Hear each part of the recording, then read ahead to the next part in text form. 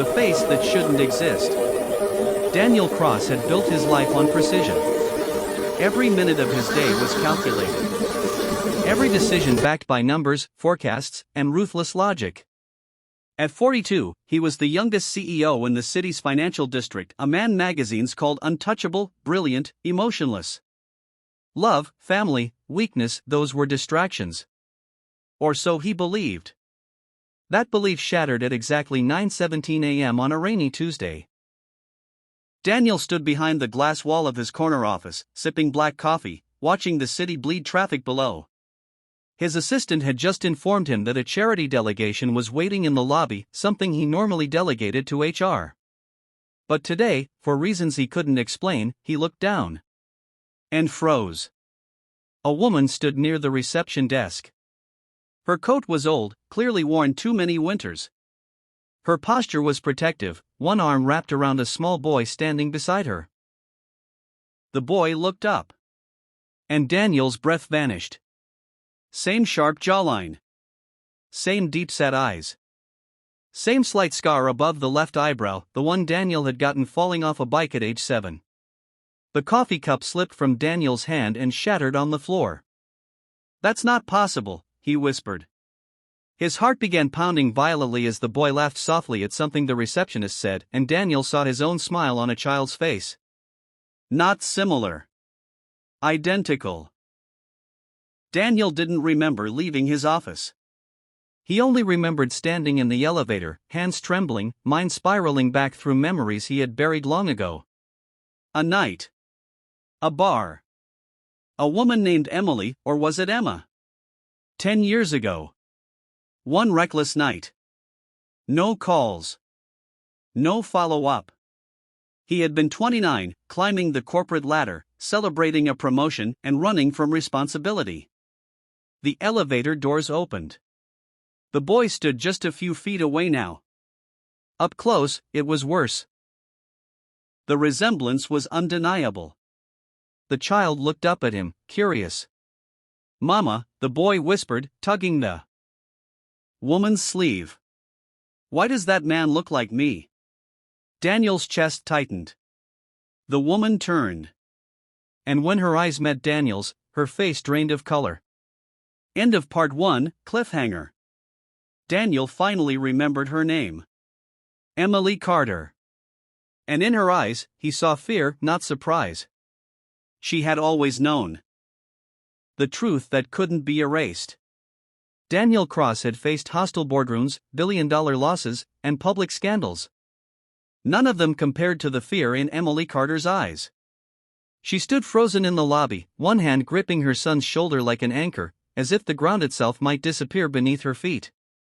The boy Leo stared innocently between them, unaware that his entire world was seconds away from changing forever. Daniel swallowed hard.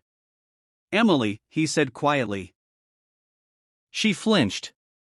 "I didn't come here for you," she replied, her voice shaking despite her effort to stay strong. "I came because your foundation promised help for single mothers." "I didn't know you were the CEO." Daniel looked down at Leo again. Up close, the resemblance was undeniable, not just physical, but something deeper. The way the boy tilted his head when confused. The way his fingers fidgeted when nervous. Just like him. "My name is Daniel," he said softly to Leo. The boy smiled politely. "I'm Leo." Daniel's knees nearly buckled. The past comes back. They sat in a private conference room moments later. No assistants. No security. Just silence thick enough to choke. Emily spoke first. "I found out I was pregnant 2 weeks after that night," she said. "I tried to reach you.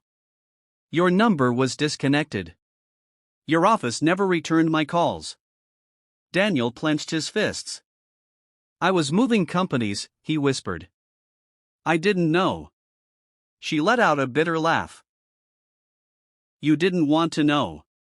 Leo sat quietly at the table, drawing with crayons Emily had pulled from her bag.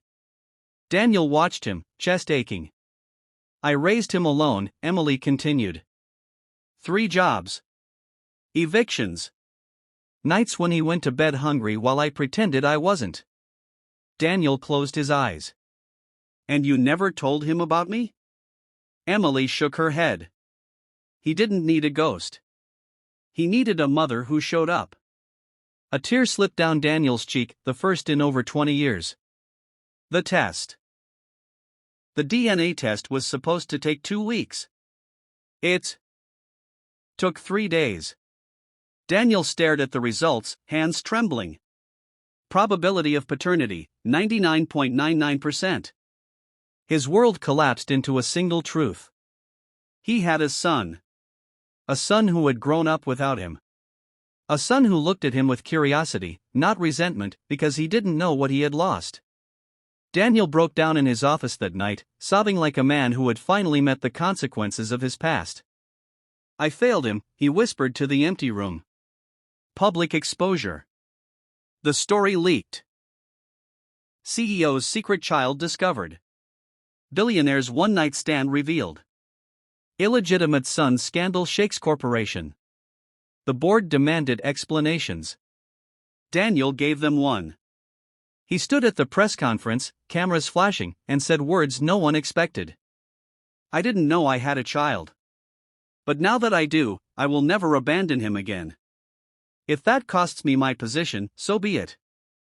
The room went silent. Then something unexpected happened. The public didn't turn against him. They respected him. A father learns how to love.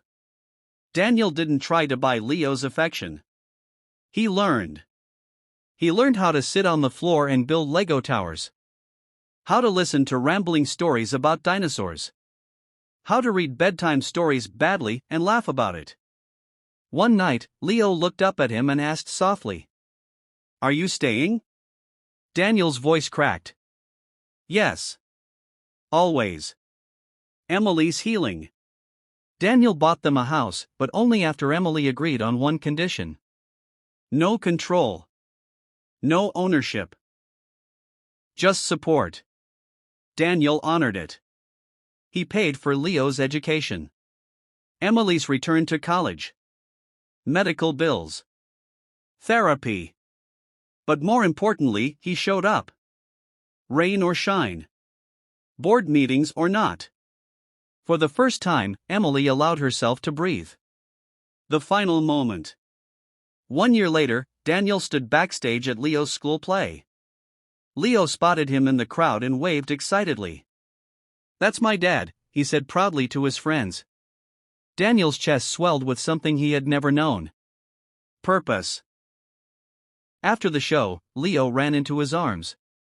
"I look like you," the boy said. Daniel knelt down and smiled through tears. "And I want to be more like you." Ending moral. Daniel Cross had spent his life building empires. But the greatest thing he ever built was a second chance.